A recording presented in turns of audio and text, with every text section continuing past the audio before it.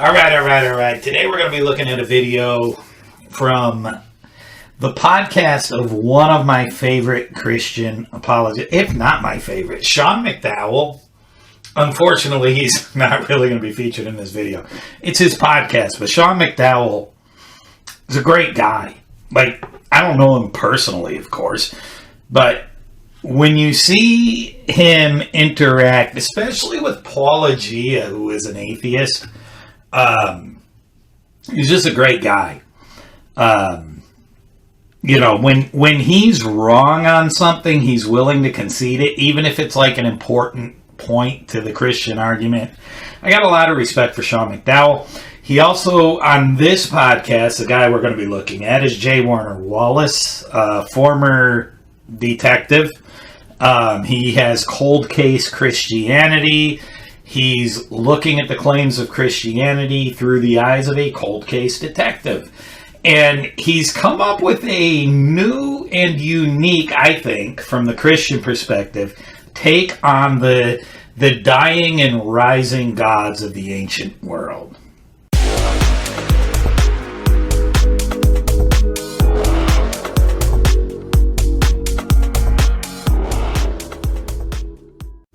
I'm Steve Perry. This is Biblical Anarchy, and today we're looking at J. Warner Wallace here, his person of interest argument for Jesus.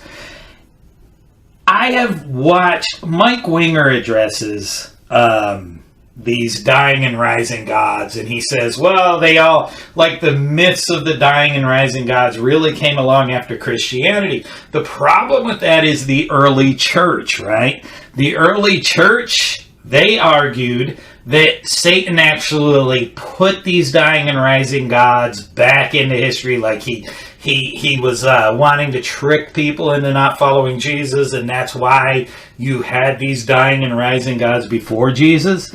So the argument that they weren't there beforehand doesn't really make sense, because why would the early church fathers treat it as a legitimate argument and say, no, Satan put it there to trick you?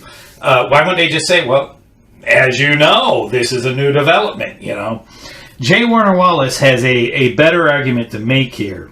But I got to pick with his first argument in this line. Let's take a look at it here. The reason why Christianity spread at the pace that it spread is largely due to the fact that it happened in the first century during the Roman Empire.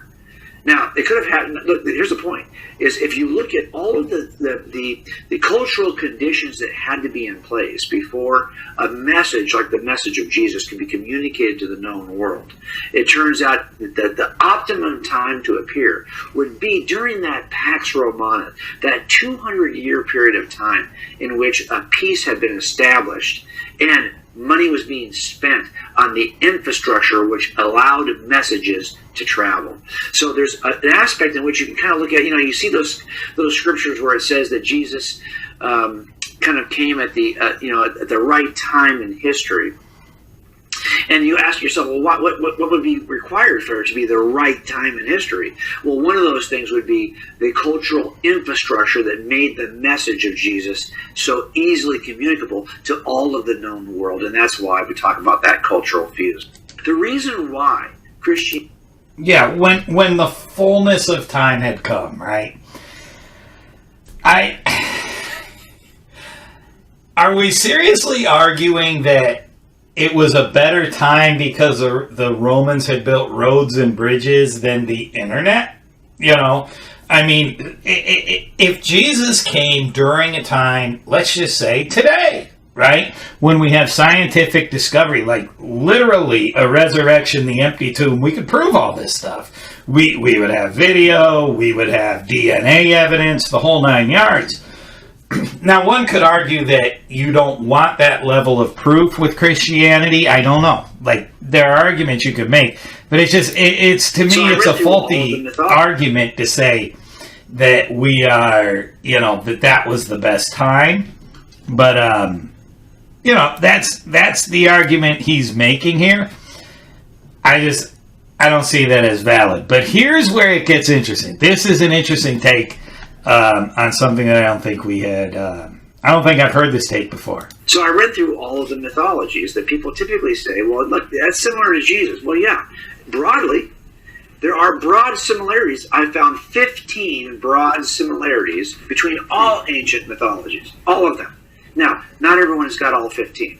Usually it's like maybe the most is 9 or 10. The least is maybe 6. So somewhere between 6 and 10 of these 15 broad similarities are possessed by every ancient mythology. I don't care which one you're referring to. So if you look at Buddha and you look at Attis, they're going to share some similarities. Well, why would you be surprised? When ancients think about the nature of God, they think broadly about similar categories. So, like, if God is supernatural, he's probably going to work miracles. That's the one common thing to all mythologies. He's probably going to appear miraculously. He may enter into the next world miraculously. Well, these are things I think that we would expect of God if God is God. So you see these kind of ancient expectations of God being drawn out in the mythologies that people groups create. And then Jesus appears. When he appears, he's the only one who possesses all 15 of all of the expectations of ancient humans. It's as if you understand this, and then you go back and you read Acts 17, and you look at the speech that Paul gives on Mars Hill, you will read that with new eyes, new ears, because you will see that Paul is really saying what we've discovered is that yes, you people are all very religious and you all have certain expectations of God, but I am here to tell you that your expectations, either in large part or in small part, were met in their entirety in the person of Jesus of Nazareth. Now, I got to say this. I got to give him some credit here.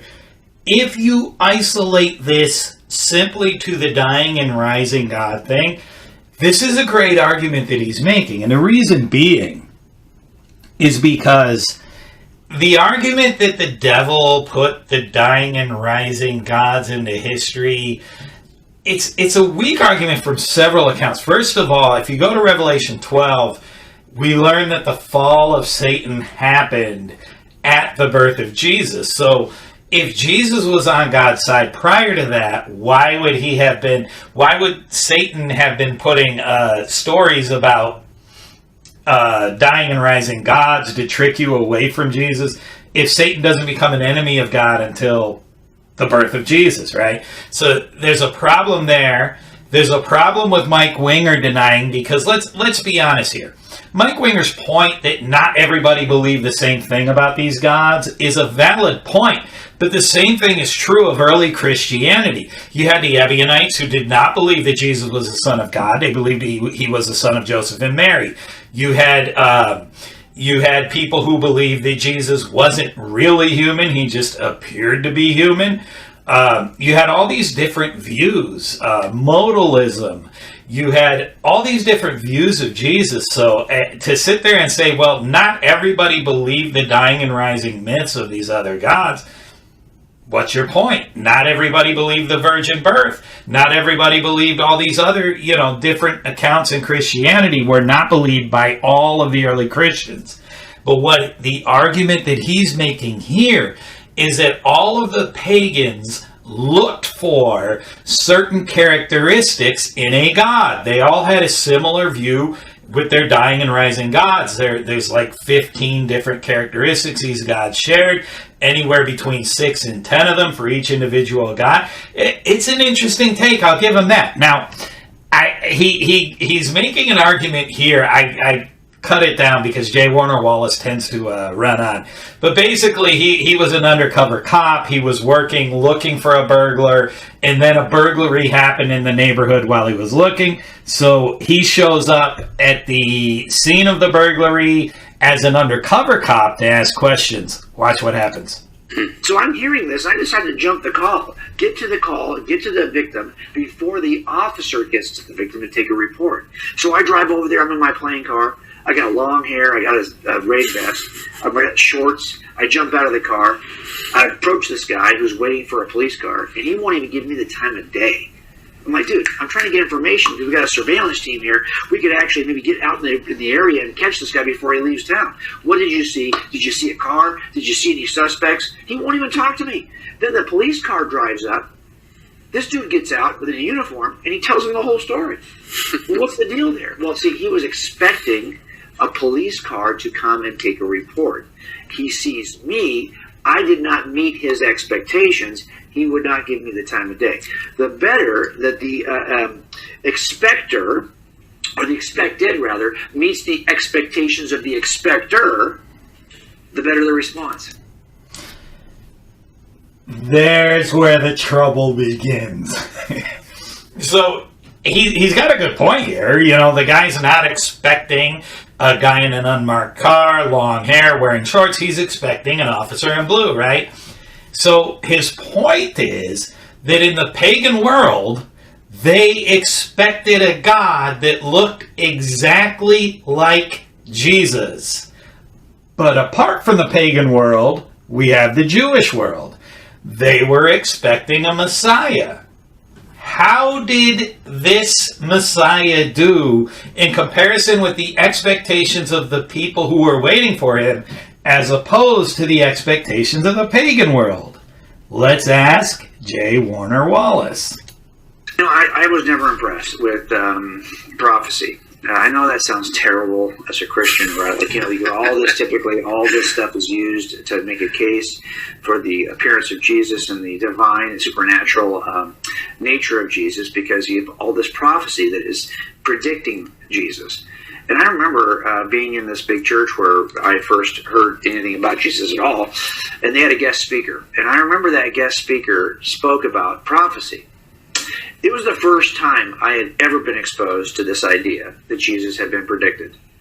So I listened, and I traced along with him in the book, the Bible, in the Old Testament, right? Like, what's he saying is prophecy? And I remember, like, thinking, I'm unimpressed. In other words, he would cite something in the Old Testament, and I would read it, and I would say, I'm not sure that's even about the Messiah, let alone Jesus. I mean, it seems like this is David talking about David, or this is, you know, it didn't seem like it was specific to the Messiah. Here's what I did. You know, I was... Okay, so here's what he did. I'm going to tell you, because I don't want to leave this hanging and be deceptive at all. He basically says he broke the prophecy down into the specific prophecies that will tell you about Jesus, and the more vague prophecies. Basically, he's saying, hey, when you're a detective, sometimes you have a piece of evidence that links directly to a person. Other times you have a piece of evidence that once you know who the suspect is, it can, okay, I get what he's saying, but here's my thing. I agree with him entirely. When you're reading a lot of these prophecies, you're like, this isn't even about the Messiah. This is just David talking about David, right? My God, why have you forsaken me? That's David talking about David. That's not... I agree with him entirely, and this is the problem of his argument. When we're dealing with the pagan world, they are looking perfectly for Jesus. Like, it's perfect. It's right up that alley. This is exactly what they're looking for. It perfectly matches. What did he say? When the expected one perfectly matches the expectations of the expector.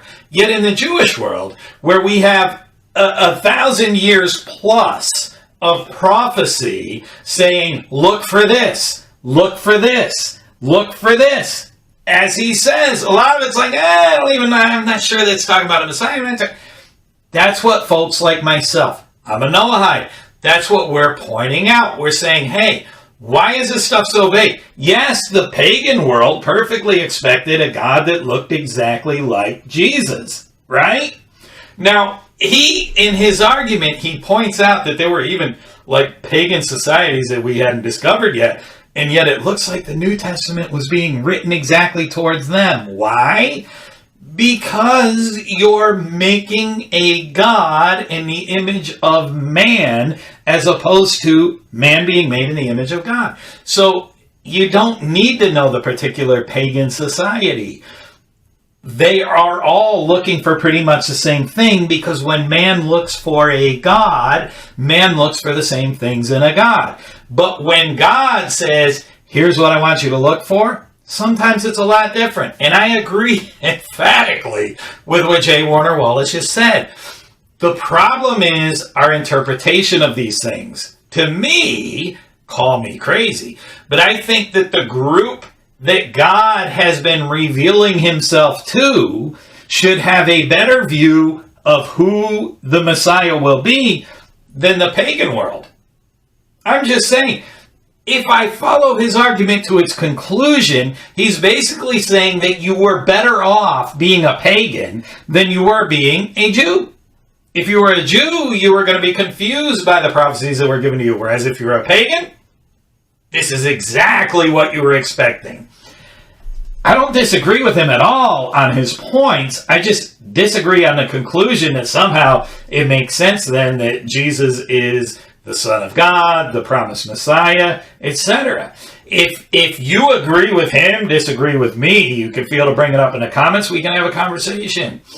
If you agree with me, give the video a thumbs up, share it on social media, subscribe to the channel. Don't just sit there. Do something.